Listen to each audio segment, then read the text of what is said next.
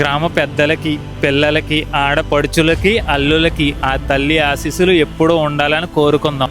కోడ్రపాడు గ్రామంలో వేయించేసి ఉన్న శ్రీ శ్రీ శ్రీ చింతాలమ్మ తల్లి, మాలక్షమ్మ తల్లి అమ్మవారికి ఆషాఢం సారి సమర్పించడం జరుగుతుంది.